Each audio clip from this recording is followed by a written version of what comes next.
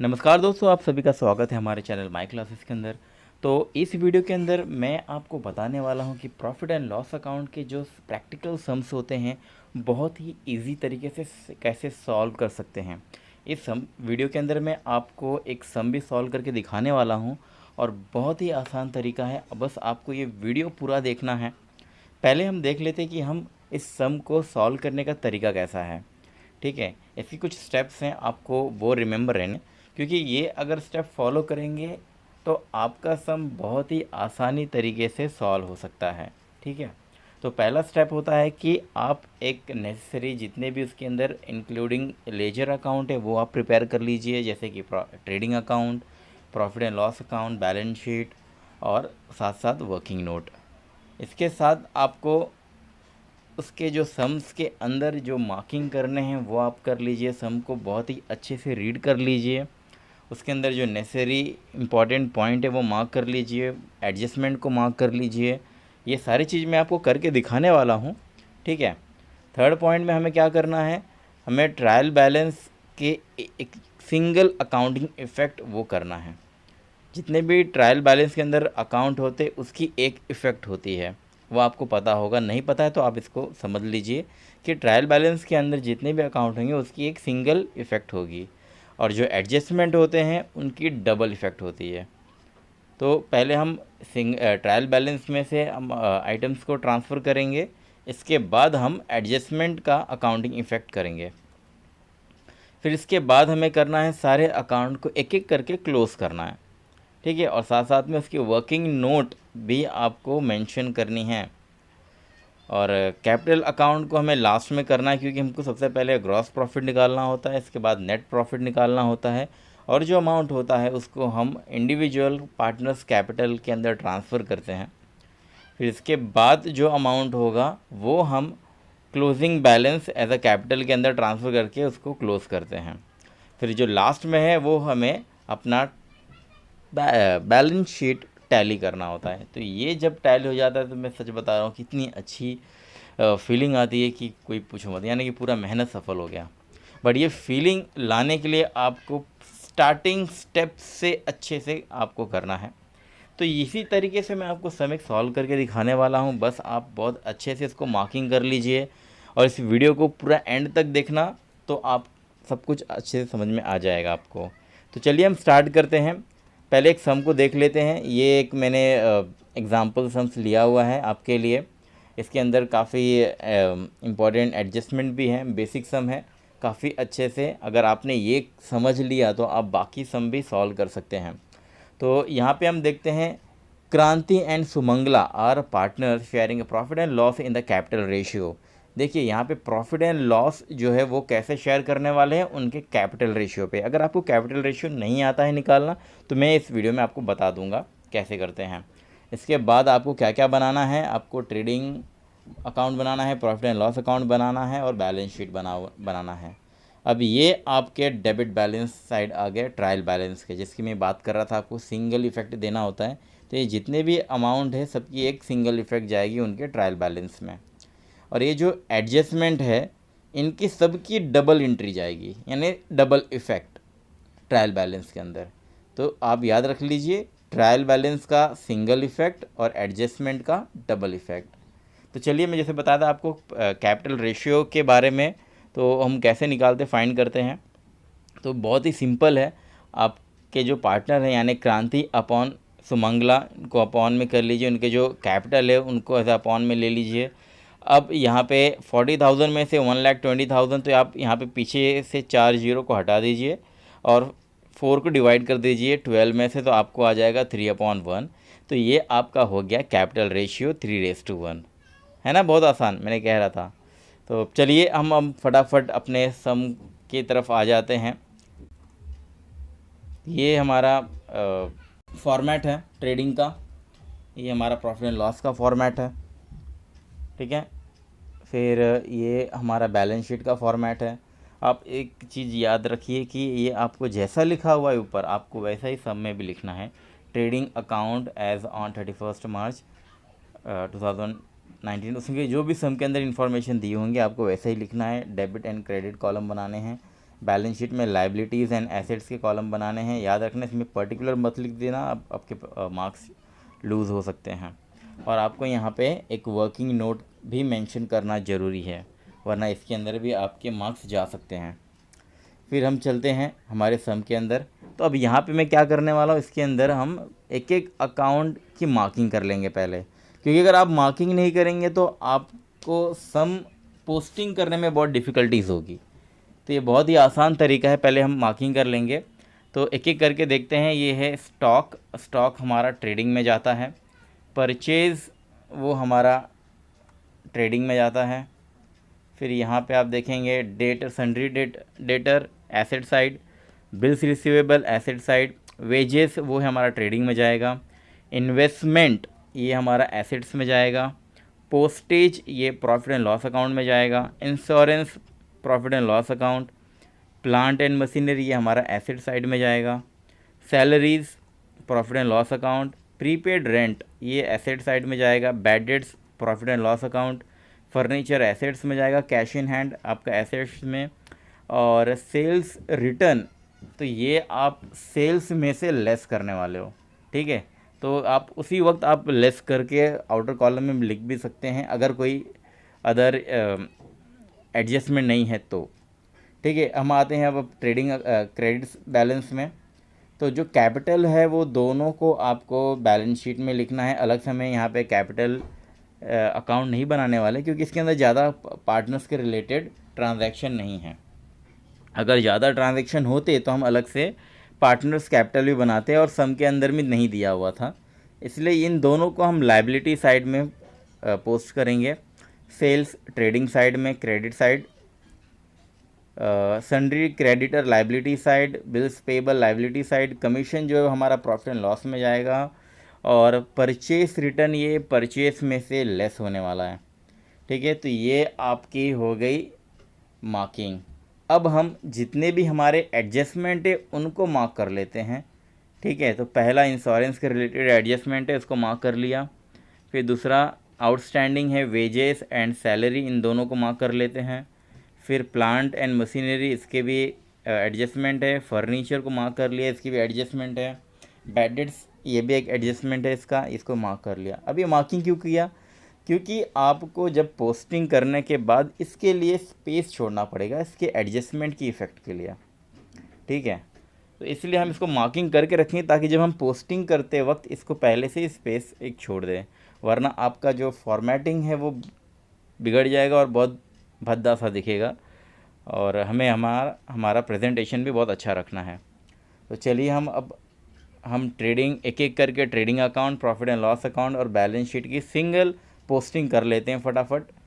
तो ये इस तरह से आपको लिखना है, इन द बुक ऑफ क्रांति and Sumangala trading account for the year ended 31 मार्च 2019।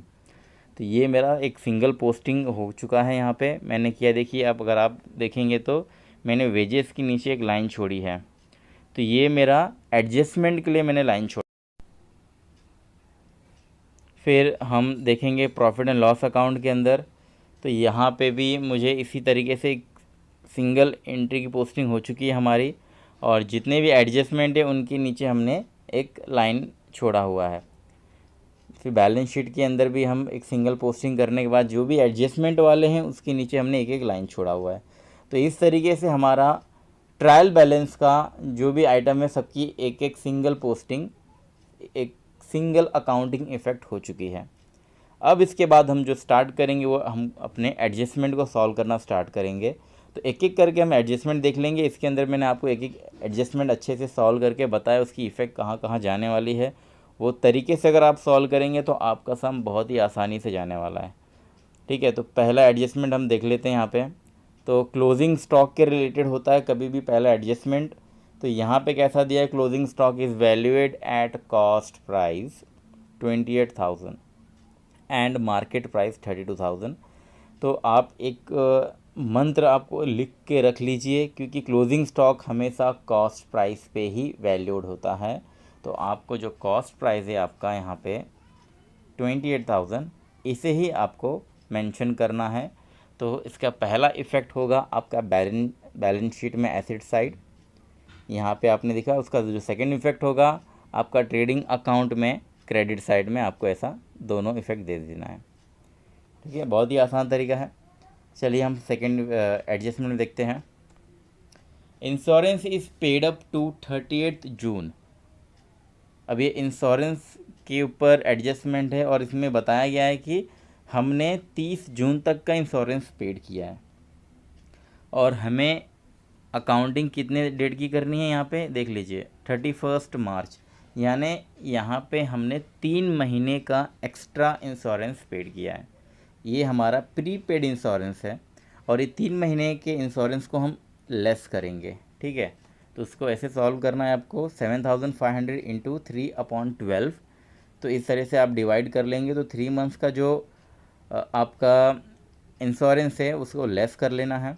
तो 1875 आपका फिगर आ रहा है।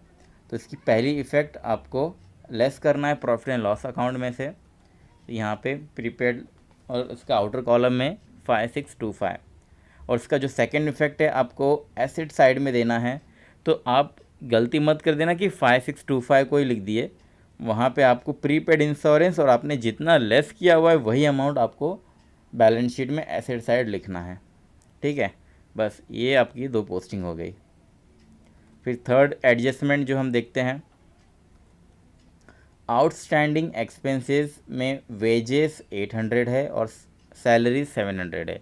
तो अब क्या करना, आउटस्टैंडिंग हमेशा बकाया अमाउंट होता है और उसको हमें ऐड करना होता है। तो लेट्स स्टार्ट, एक वेजेस में ऐड कर देंगे और सैलरीज में ऐड कर देंगे। तो हमारा पहला जो इफ़ेक्ट है, ऐड इन ट्रेडिंग अकाउंट और प्रॉफिट एंड लॉस अकाउंट। तो ट्रेडिंग अकाउंट में पहला इफ़ेक्ट दे देंगे ऐड एज अ आउटस्टैंडिंग 800, उसको आउटर कॉलम में लिख लिया 3800। फिर सैलरीज़ में ऐड करना है आपको आउटस्टैंडिंग 700 और आउटर कॉलम में लिख दिया 5550। आप कैलकुलेशन में कभी आप मिस्टेक मत करना, बस आपको ये ध्यान रखना है। फिर आपका सेकंड इफ़ेक्ट आ जाएगा लायबिलिटी साइड। लायबिलिटी साइड में आपको आउटस्टैंडिंग और उसके अंदर दोनों वेजेस एंड सैलरीज दोनों आपको लिखने हैं और प्लस करके आपको 1500 एज आ आउटस्टैंडिंग एक्सपेंसेस आपको मेंशन कर देना है लायबिलिटी साइड में। ठीक है, अब फोर्थ एडजस्टमेंट की तरफ चलते हैं हम। Book value of plant and machinery is reduce to 13,000। अब देखो यहाँ पे ध्यान देना है कि रिड्यूस हुआ है, कम हुआ है। कितना, तो 13,000 कम नहीं हुआ है, वो 13,000 तक कम हुआ है। यानी कि पहला जो अमाउंट था वो 15,000 था, वो अब हो जाएगा 13,000, यानी आपका 13,000 वो आउटर कॉलम में आ जाएगा। ठीक है, तो ये डिक्रीज़ होने वाला है और डिक्रीज़ होने का मतलब होता है डेप्रीसिएशन। तो जो पहला इफ़ेक्ट है आपको लेस कर लेना है एसेट्स में से, तो वो जो 2000 डिक्रीज़ हो रहा है उसे लेस करना है। तो हम ऐसे एडजस्टमेंट को सबसे पहले 13,000 को ही आउटर कॉलम में लिख लेंगे और उसमें से जो लेस हो रहा है 2000 हम उसको एज ए डेप्रीसिएशन शो कर देंगे। फिर इसका जो सेकंड इफ़ेक्ट है, आपको प्रॉफिट एंड लॉस अकाउंट में डेबिट साइड शो करना है, इट्स लाइक टू डेप्रीसिएशन, और नीचे आपको लिख देना है प्लांट एंड मशीनरी। अभी मैं इसका अमाउंट आउटर कॉलम में नहीं लिखूंगा बिकॉज एक और डेप्रीसिएशन आने वाला है फर्नीचर का। तो फिफ्थ एडजस्टमेंट वही है, डेप्रीसिएट फर्नीचर बाय 5% पर एनम। तो आपको जो फर्नीचर है 12,500, आपको उसका 5% अमाउंट निकालना है कैलकुलेशन करके। तो बहुत ही आसान तरीका है, 12,500 इंटू 5/100, 100 से डिवाइड करेंगे तो 125 इंटू 5 एंड आपका अमाउंट आ गया 625। ये 625 को आपको लेस करना है। तो पहला इफेक्ट लेस फ्रॉम एसेट्स, तो लेस डेप्रिसिएशन 625, इसका आउटर कॉलम में अमाउंट लिख देंगे। और second effect show in your profit and loss account, यहाँ पे आपको फर्नीचर डेप्रिसिएशन के अंदर ही शो करना है। अब इन दोनों को हम ऐड करके आउटर कॉलम में लिख देंगे। फिर चलिए हमारे सिक्स्थ एडजस्टमेंट में provide a further bad debt, ये न्यू बैड डेट्स है।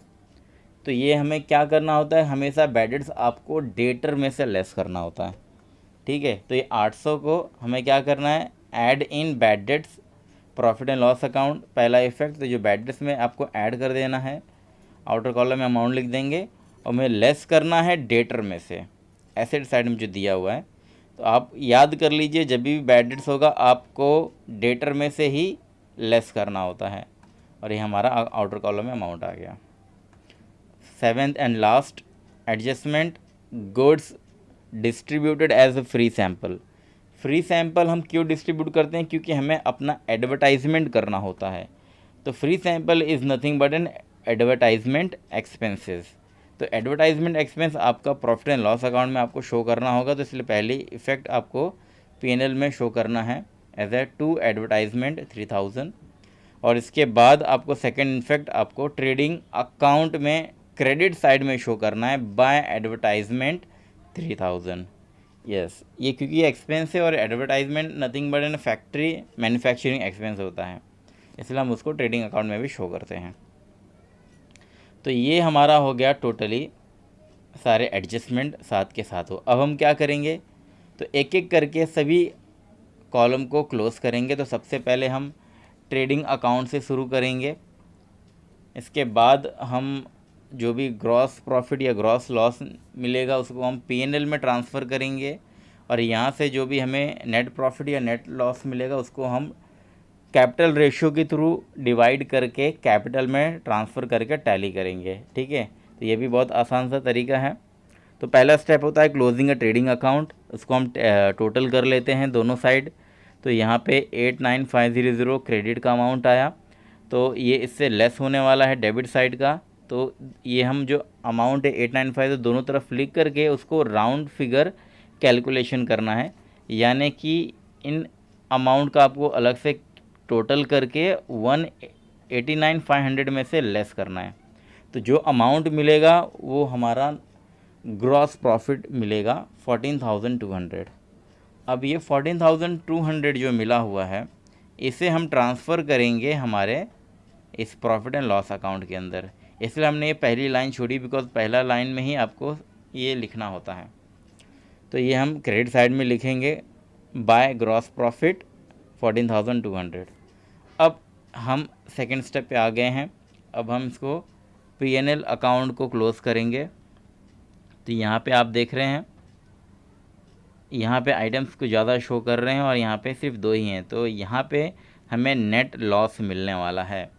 तो यहाँ का टोटल होता है 20,800, और उस साइड का टोटल आपको करके उसमें से माइनस करेंगे तो यहाँ पे हमें मिलेगा नेट लॉस, और जो हमें ट्रांसफ़र करना है कैपिटल में। और कौन से कैपिटल? जो दोनों पार्टनर्स हैं क्रांति और सुमंगला, इनके कैपिटल रेशियो पे हम अमाउंट डिवाइड करेंगे इस तरीके से, और ये अमाउंट हम ट्रांसफ़र करेंगे कैपिटल अकाउंट में। तो हमारा थर्ड स्टेप वही है, पार्टनर्स कैपिटल में ट्रांसफ़र करके उसे क्लोज़ करना। तो हम यहाँ पे हमने एक एक के ट्रांसफ़र किया, इसका आउटर कॉलम में लिख देंगे। सुमंगला के भी नेट लॉस जो आया, नेट लॉस हमेशा लेस करना होगा आपको, अगर प्रॉफिट होगा तो ऐड करना होगा। तो ये हमारा ओवरऑल सारे एडजस्टमेंट हो गए हैं। अब यहाँ पे लास्ट और बहुत ही इम्पॉर्टेंट चीज़ है, आपकी बैलेंस शीट टैली होनी चाहिए। अगर आपकी बैलेंस शीट टैली नहीं है तो आप समझ लीजिए कि आपका कुछ ना कुछ मिस्टेक है। तो यहाँ पे इस तरह से टैली और बैलेंस शीट, यहाँ पे दोनों अगर टैली हो गया तो आपका सम कंप्लीट। और ये बहुत ही सेटिस्फैक्शन लेवल वाला सम होता है जब आपकी बैलेंस शीट टैली हो जाती है। तो ये थोड़ा लेंथी वीडियो था, बट होप आपको सारे पॉइंट समझ में आ गए होंगे। और फिर भी अगर आपको कुछ डाउट है तो आप प्लीज़ कमेंट बॉक्स में बताइए। और अगर आपने हमारे पहले की वीडियो नहीं देखे हैं तो उसको भी देख लीजिए, ताकि आपके जो बेसिक कॉन्सेप्ट है बहुत अच्छे से क्लियर हो जाएं। Okay, thank you so much for the watching. हम नेक्स्ट वीडियो में हो सके तो बोर्ड्स के सम सॉल्व करने वाले हैं, तो स्टे ट्यून और हमारे चैनल को सब्सक्राइब कर लीजिए। Thank you so much.